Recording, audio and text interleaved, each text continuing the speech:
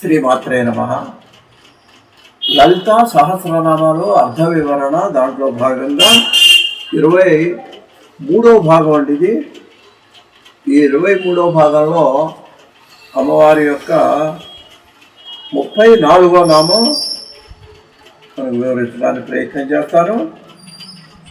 ఆ నామం నాభ్యాలవాల రోమాడి లతా ఫల కుచద్వయే. ఇది నామం అండి. అంటే ఏంటన్నమాట, ఇక్కడ కూడా అమ్మవారి యొక్క కుచద్వయములను స్థలాలను ఆ అమ్మవారి యొక్క అందాన్ని అన్ని అవయవాలు అందంగా ఉంటేనే అందం అండి, లేకపోతే ఉంది. అటువంటి ఆ అందమైనటువంటి ఆ కుచద్వయమును స్థలములను కలిగినటువంటి ఆ తల్లిని ఈ నామంలో ఎలా వర్ణిస్తున్నారంటే ఏంటండి, అయ్యా నాభిటండి, నాభిట బొడ్డు, ఆ బొడ్డు దగ్గర నుంచి ఒక తీగ బయలుదేరిందిటండి.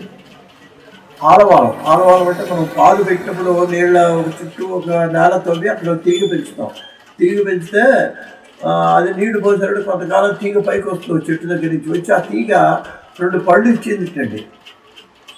ఆ 2 పళ్ళు ఏమిటంటే ఈవిడ యొక్క కుచద్వయము అని వర్ణిస్తూ ఆయన అంటాడు, నాభ్య ఆలవాల, ఆ అమ్మవారి యొక్క నాభి అనే పాదునందు, నాభి అంటే బొడ్డు, నాభి స్థానం, ఆ నాభి అనేటువంటి పాదునందు మరి తీగలాగా పైకి ఎలా వచ్చింది? తీగ ఏమిటి అంటే అందమైన స్త్రీకి ఈ మధ్యలో పొట్ట మీద కూడా ఏంటంటే సన్నని నువ్వుగారండి, సన్నని వెంట్రుగా, అవి పెద్ద ఎక్కువగా మొలగవండి, పెద్ద చాలా సన్నగా అలా పైకి వస్తాయి. ఒక చెట్టులాగా ఒక తీగలాగా ముడి దగ్గర నుంచి వక్షస్థలం దాకా సన్నని, దాన్ని నువ్వుగారు అంటారు.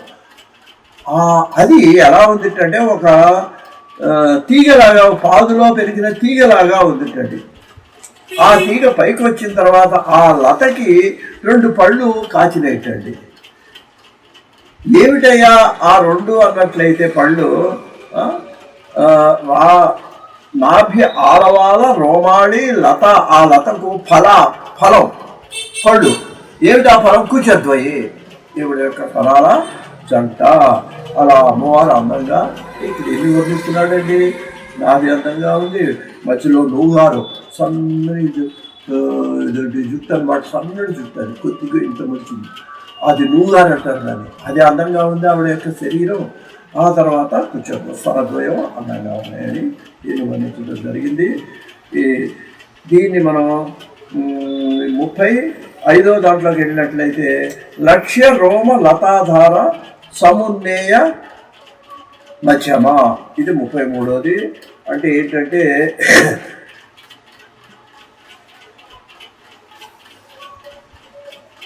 ఇక్కడ అమ్మవారి యొక్క ధూమమును హేతువుగా గ్రహించి అగ్ని ఉన్నది అని చెప్పేసి చెప్తున్నాడండి. అంటే ఏంటన్నమాట, రక్షణకై చుట్టూ బంగారు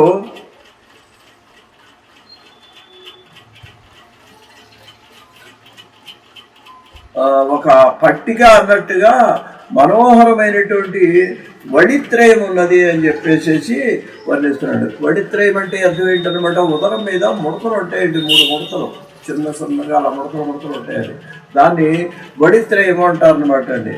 అలా ఎలా ఉన్నది అంటే ఈవిడ యొక్క సౌందర్యము లక్ష్య రోమలతాధార సమున్నేయ మధ్యమ.